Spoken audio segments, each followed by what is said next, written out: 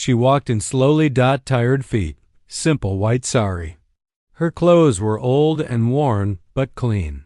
Her face held innocence, yet her eyes revealed a lifetime of sacrifice and struggle. No one could have guessed she was the mother of District Magistrate Surabhi Kumari. As she stepped inside the city's most luxurious jewelry store, all eyes turned toward her. Customers whispered. Staff frowned. The manager sneered. To them, she looked like a beggar who had accidentally wandered into a place meant for the elite. She felt their stares, heard the murmurs, but she walked on. With trembling courage, she approached the counter and softly said to a salesman, "Son, please show me a beautiful diamond necklace. Something truly special." The salesman burst into laughter. "Who let you in, old woman? This isn't a charity house. Get out before I call security and have you thrown out." The old woman calmly replied, "I'm not a beggar. I came to buy jewelry. I've heard about your shop's quality.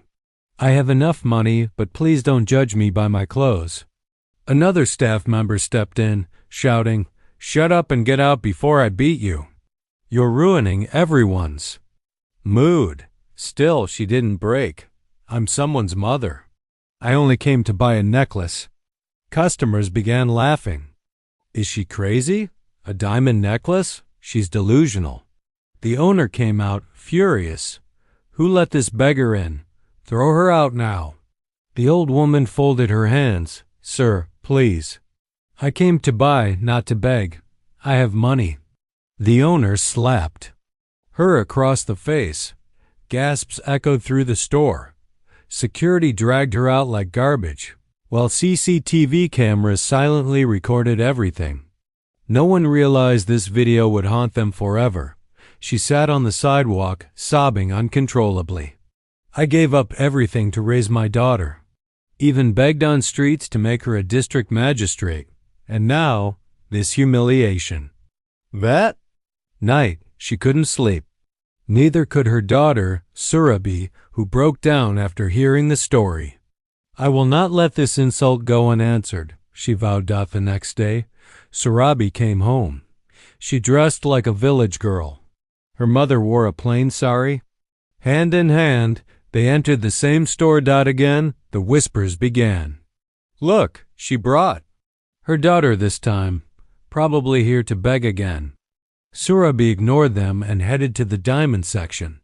"Show us a necklace, please," she asked calmly. A saleswoman scoffed.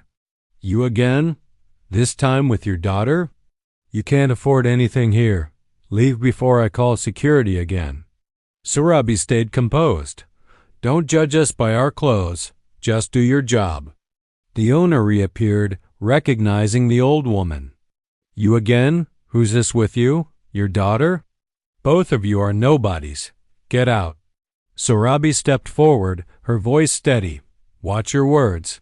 I am District Magistrate Surabhi Kumari." The entire store burst into mocking laughter. "You? A DM? You don't even look like a cleaner."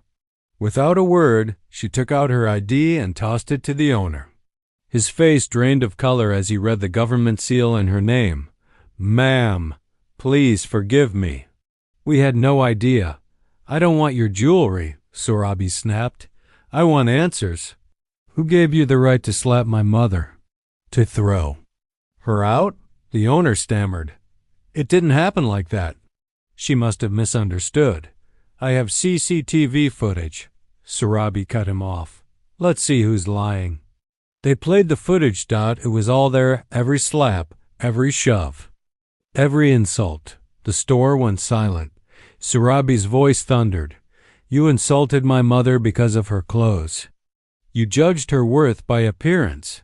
You didn't just make a mistake, you committed a crime." The owner fell to his knees, begging, "Please, ma'am, we're sorry. We didn't know she was your mother. Even if she wasn't my mother, would this treatment be okay?" she roared. "Everyone deserves dignity, not because of titles, but because they are human. We'll never repeat this, ma'am. Please forgive us." Surabhi looked around the room. Everyone had their heads lowered in shame. I'm not filing a case for now," she said. "But if I hear of one more incident like this, I will make sure each of you is behind bars." That's a promise. From that day, the shop's policies changed. Every customer, rich or poor, was treated with respect. No one was judged by their appearance. As Surabi and her mother walked out, the staff stood in silence, heads bowed, hands folded. Outside the store, Surabi turned to her mother and said, "No one will ever humiliate you again. Not while I'm here. That's my promise."